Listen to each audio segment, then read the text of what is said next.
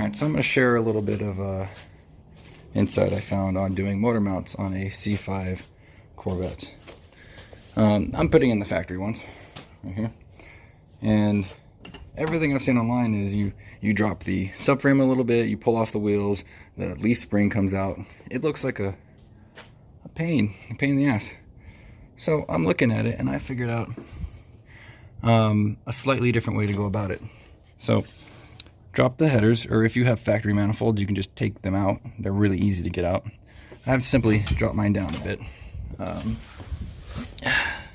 as you can see, and then unbolt this top bracket, leave one bolt in so it swivels, and lift the engine a little bit with a jack. Not a lot, just enough. And pull this thing. Ooh, I might need two hands. Push that. There we go. Right at the top. Oh man, this is jacked. Oh. It's pretty, it was actually pretty easy. Yeah.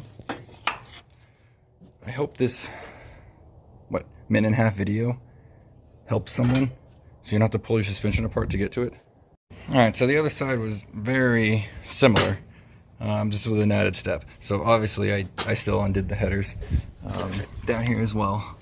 Alright, so that I could maneuver it, and I had to pull the whole bracket out this time. It wasn't just making it swivel due to the AC compressor being right in the way. However, once I got the bracket out, I just kind of... Alright, this I need two hands. 1 second.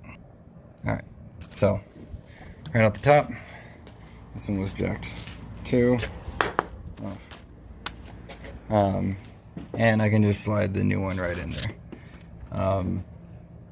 It was a little more difficult to get this one out due to this bolt being hard to get to by any wrench.